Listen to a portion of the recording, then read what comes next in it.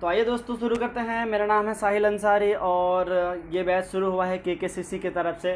ठीक है, तो हम लोग आज एक नया टॉपिक के साथ में यहाँ पे पहुँचे हैं। हम लोग का आज का नया टॉपिक है क्लास 12 का हिस्ट्री सब्जेक्ट का एक क्वेश्चन है लेसन 3 का। ठीक है, ये क्वेश्चन बहुत बार रिपीट हो चुका है और हर 2 साल 1 साल के बाद में ये क्वेश्चन रिपीट होता है। क्वेश्चन का नाम है कि प्लासी का जो युद्ध हुआ था, प्लासी का युद्ध का कारण बताइए। ये है क्वेश्चन। तो प्लासी का ये जो युद्ध हुआ था उसका कारण बताना है। ठीक, इसको हम लोग कुछ स्टेप बाय स्टेप करके समझेंगे। सबसे पहले हम लोग जानेंगे इसके इंट्रोडक्शन के बारे में। ठीक है, पहले इंट्रोडक्शन लिखेंगे, फिर लिखेंगे इसके कारण कि क्या कारण था जो ये युद्ध हुआ।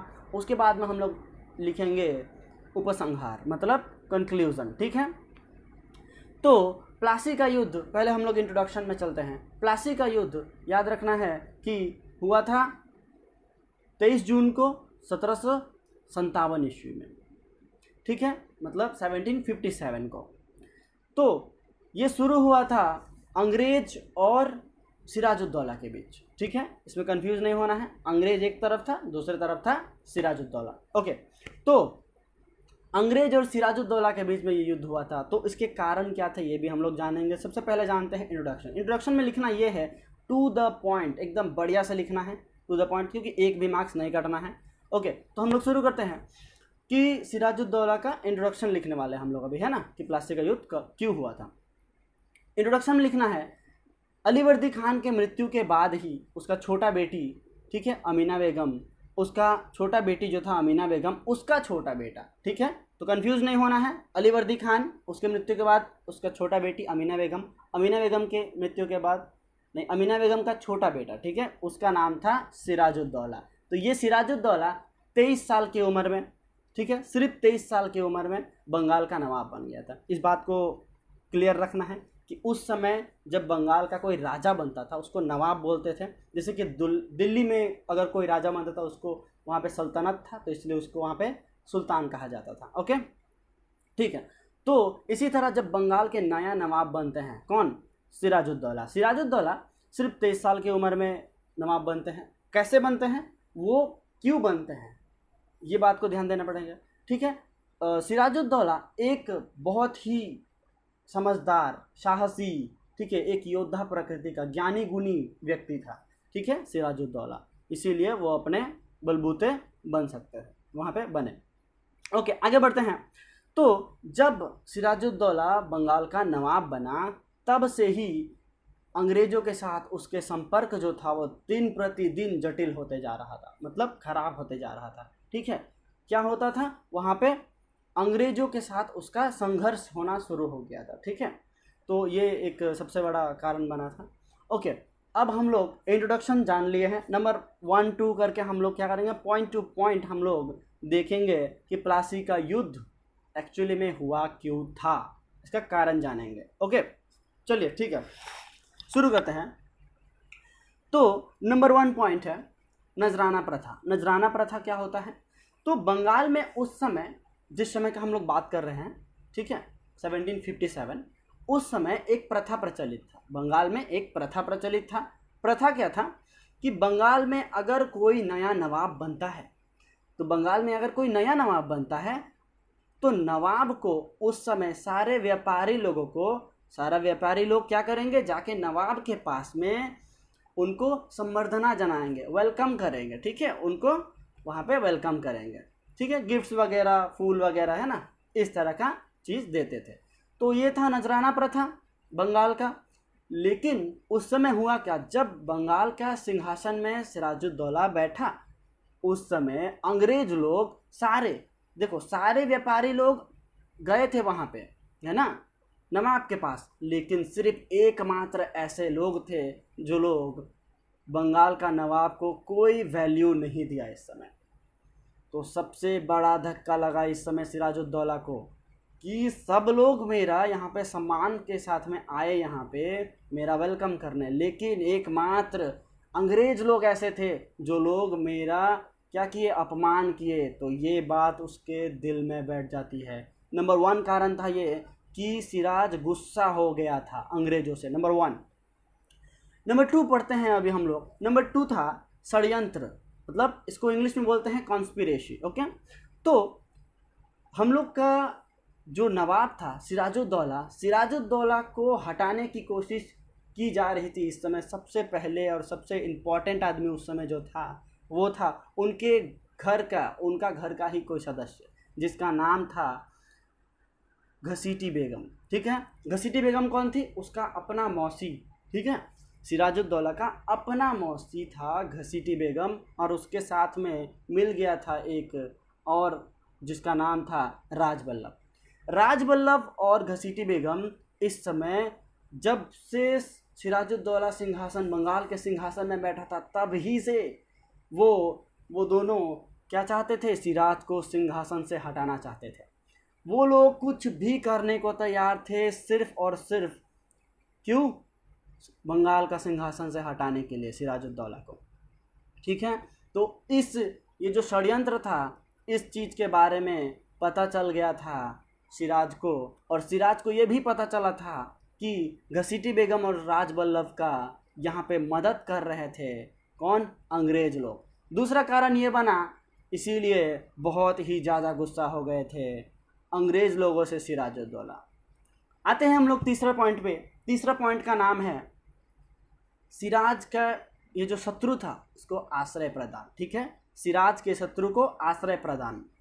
ठीक है, तो हम लोग 3 नंबर पॉइंट को समझते हैं। देखो, पॉइंट से ही हम लोग को यहाँ पे आंसर मिल जा रहा है, पॉइंट का नाम से ही हम लोग को आंसर मिल जा रहा है कि हम लोग को लिखना क्या है उसमें। हम लोग को लिखना इसमें यह है कि सिराजुद्दौला जब उनको पता चला कि ये जो राजबल्लभ है और उनका मौसी घसीटी बेगम राजबल्लभ ये जो कॉन्स्पिरेसी कर रहे थे, ये लोग जब यहाँ पे क्या कर रहे थे? ये लोग षड्यंत्र रच रहे थे कि कैसे करके हम लोग सिराज को सिंहासन से हटा सके। उस समय सिराज क्या करता है? जल्द से जल्द इन दोनों को महल से निकलवा देता है।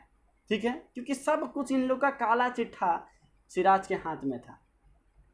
सिराज इन लोगों को निकलवा देता है महल से, और महल से निकलवाने के बाद में पता चलता है सिराज को कि ये लोग जाके आश्रय लिए हैं कहाँ पे? अंग्रेजों के पास। अंग्रेज लोग इन लोग को पाल रहा है, पोस रहा है, इनको खिला पिला रहा है। ठीक है, तो अंग्रेजों के पास में ये लोग थे। सिराज को पता जब चलता है तो सिराज जल्द से जल्द ये लोग को बोलता है कि मुझे ये घसीटी बेगम जो उसका मौसी था उसको और राजबल्लभ को मेरे यहाँ पे भेज दो वापस। लेकिन अंग्रेज लोग इस बात को सुन के अनसुना कर देता है और सिराज के कहे मुताबिक काम नहीं करता है। ओके, नंबर 3 पॉइंट हम लोग पढ़ते हैं, बहुत ही इंपॉर्टेंट पॉइंट है। इस पॉइंट से और कुछ शॉर्ट क्वेश्चन भी निकलेंगे, ध्यान देना। नंबर 4 पॉइंट, इसका नाम है दुर्ग निर्माण। ठीक है, दुर्ग निर्माण मतलब अब हुआ क्या था? इस समय जिस समय का बात हो रहा है, अंग्रेज लोग के साथ में फ्रांसीसी लोगों का, ठीक है, जिसको बांग्ला में फ्रांसीसी ये भी कहा गया है, फरासी, तो उन लोगों का और अंग्रेज लोगों का लड़ाई चल रहा था। ठीक है, दक्षिण भारत में ये लड़ाई चल रहा था। दक्षिण भारत में ये लड़ाई जब चल रहा था तो फ्रांस के लोग और अंग्रेज लोग दोनों लोग ही डर के मारे, अब लड़ाई में ऐसा होता है, ये लोग डर के मारे कर क्या रहे थे? ये लोग डर के मारे दोनों तरफ ही अपने अपने जहाँ पे लड़ाई हो रहा था वो लोग दुर्ग निर्माण शुरू कर देते।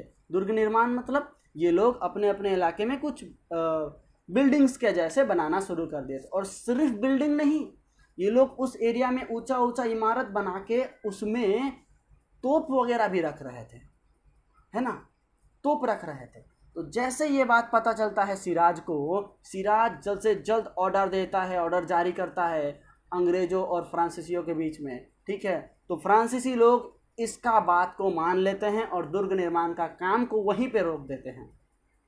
लेकिन अंग्रेज लोग, वो लोग कहाँ मानने वाले थे भैया? वो लोग बिल्कुल नहीं माने। वो लोग अब किए क्या? वो लोग अपना काम को जारी रखें। तो ये चौथा बड़ा एक कारण बन गया था। यहाँ से शॉर्ट क्वेश्चन क्या आता है मैं बताता हूँ।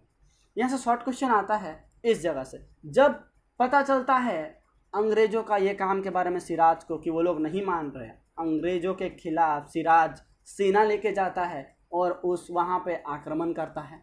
आक्रमण करने के बाद में याद रखना कि वहाँ में से जितने भी जो सैनिक थे, अंग्रेज सैनिक, ठीक है, वहाँ से 140 जन को, 146 इतने लोगों को अंग्रेजों को पकड़ लेता है और ले जाके एक क्या करता है, एक बड़े से कमरे, ठीक है, कमरे में अंदर में जगह थोड़ा सा कम था, ठीक है, वहाँ पे ऊपर से, ठीक है, ऊपर का ये जो दरवाज़ा है ये खोल के, ठीक है, सबको एकदम गाय बकरी के जैसे अंदर डाल के सबको ऊपर से ढक्कन लगा देता है, ठीक है।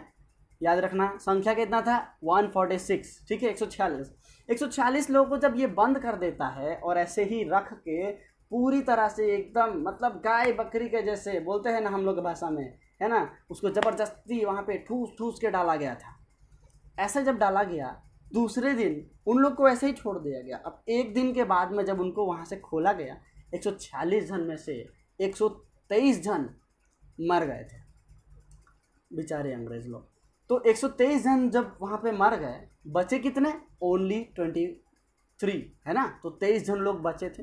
23 जन लोग को जैसे ही निकाला गया उस रूम से, उनमें से एक आदमी था जिसका नाम था हॉर्नबिल, ठीक है। हॉर्नबिल क्या किया, वहाँ से निकला, दौड़ते दौड़ते पहुँचा कहाँ पे, अपने इलाके। वहाँ से वो गया इंग्लैंड जाके वहाँ पे जाके बताया किसको, अपने अंग्रेज़ सरकार को, कि सरकार देखिए हम लोग के साथ में ऐसा ऐसा हो रहा है, ठीक है, हम लोग को ऐसा ऐसा किया गया, एक रूम के अंदर बंद करके रखा गया, इतने सारे लोग मर गए, हम तो सांस भी कैसे ले रहा था, हम तो सबसे ऊपर में था बोल के हम बच गया, वो भी बहुत मुश्किल से सांस वाँस लेके हम जिंदा रहा है।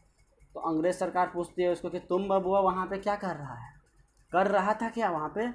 तो वो बताता है कि हम तो इतिहास लिखने गए थे सरकार, लेकिन वहीं पे इतिहास बन जा रहे थे, ठीक है। तो ये सब बात जब बताता है, अंग्रेज़ सरकार रॉबर्ट क्लाइव को भेजता है, क्योंकि क्लाइव उस समय हमेशा याद रखना है कि क्लाइव एक बहुत ही समझदार अंग्रेज़ था, ठीक है। तो क्लाइव को भेजता है, क्लाइव जाता है वहाँ पे, वो सोचता है अरे कौन है ससुरा जो हम अंग्रेज़ों को इतना जुल्म करेगा, है ना। वो जाता है वहाँ पे, और जाने के बाद में वो सोचता है अरे कोई ऐसा वैसा आदमी होगा, राजा होगा। जाता है, जब पता चलता अरे भाई सिराजुद्दौला 2 लाख का सेना, हमसे तो ना हो पाएगा। तो ये क्या करता है, ये चाल चलना ये भी शुरू करता है, और इसके नीचे जो लोग थे, ठीक है, जैसे कि मीर जाफ़र था, है ना, मीर जाफ़र को ये अपने साइड में करने की कोशिश करता है। ओके, तो यहाँ से हम लोग का एक क्वेश्चन बनता है, जो मैंने बताया कि शॉर्ट क्वेश्चन बनेगा, ब्लैक होल ट्रेजेडी। तो ये जो जगह था, ठीक है, इस जगह को ही हम लोग को याद रखना है कि ब्लैक होल ट्रेजेडी क्यों, क्योंकि ये काला एक घर था, उसमें ज़बरदस्ती बंद करके रख दिया गया था। तो इसीलिए यहाँ से एक क्वेश्चन बनता है ब्लैक होल ट्रेजेडी क्या है, ये शॉर्ट क्वेश्चन बनता है। क्लास 12 में बहुत बार पूछा गया ये सवाल, इंपॉर्टेंट भी है। ओके, तो हम लोग अभी आगे शुरू करते हैं। तो ये एक कारण बना था, है ना, ये दुर्ग निर्माण अपना मर्जी से शुरू कर दिए थे वो लोग। तो ये एक कारण बना था कि अंग्रेज़ सरकार के खिलाफ हो जाए सिराजुद्दौला। लास्ट पॉइंट है, 5 नंबर पॉइंट है दस्तक, ठीक है।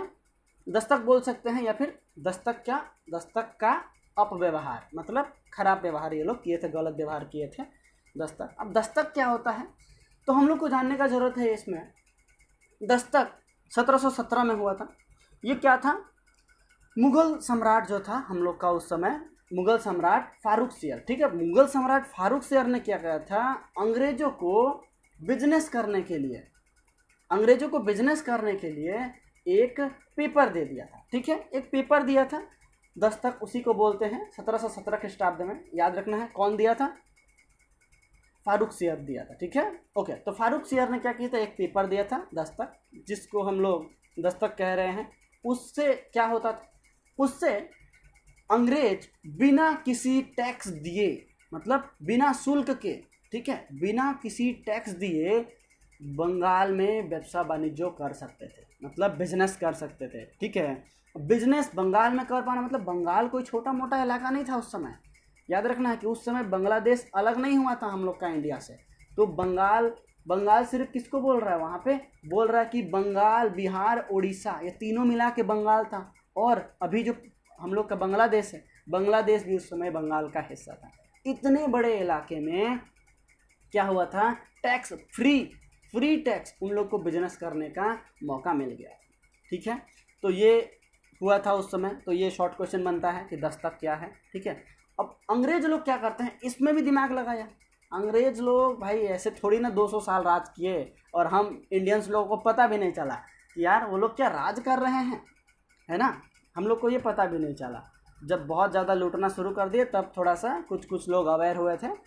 ओके, तो अब जबकि यहाँ पे ऐसे बंगाल का अधिकार ये लोग को मिल गया कि अब वाणिज्य, हम लोग व्यवसाय वाणिज्य कर सकते हैं, बिजनेस कर सकते हैं, तो हम लोग को ध्यान देना पड़ेगा यहाँ पे कि अंग्रेज लोग दिमाग लगाते हैं और वो जो पेपर मिला था दस्तक, उसका भी ये लोग क्या करते हैं, उसका अपव्यवहार, खराब व्यवहार करना शुरू कर देते हैं। बंदा लोग करता ये है, उस पेपर का डुप्लीकेट बनाता है, ठीक है, डुप्लीकेट बनाता है और डुप्लीकेट बना के उसको दूसरा व्यवसायी लोगों को बेचना शुरू कर देता है। ये लोग इसको खरीदे थे 3,000 रुपये में, ठीक है, 3,000 रुपये में बंगाल का ये लोग को मिल गया था, ठीक है, फारूक शेर ने दिया था ये लोग को दस्तक, ठीक है, और ये लोग इसको नकल बना के बेच रहा था सब लोग के पास कि भैया लो, तुम लोग भी लो और तुम लोग भी फ्री में यहाँ पे बिजनेस करना शुरू कर दो। ऐसे जब कर रहे थे तो बंगाल का नवाब को जब पता चलता है, इससे बहुत ज़्यादा नुकसान होता है नवाब को, सिराजुद्दौला को। सिराजुद्दौला इसको जल्द से जल्द बंद करने का ऑर्डर जारी करता है, लेकिन उसके बातों का कोई असर अंग्रेज़ों पे नहीं होता है।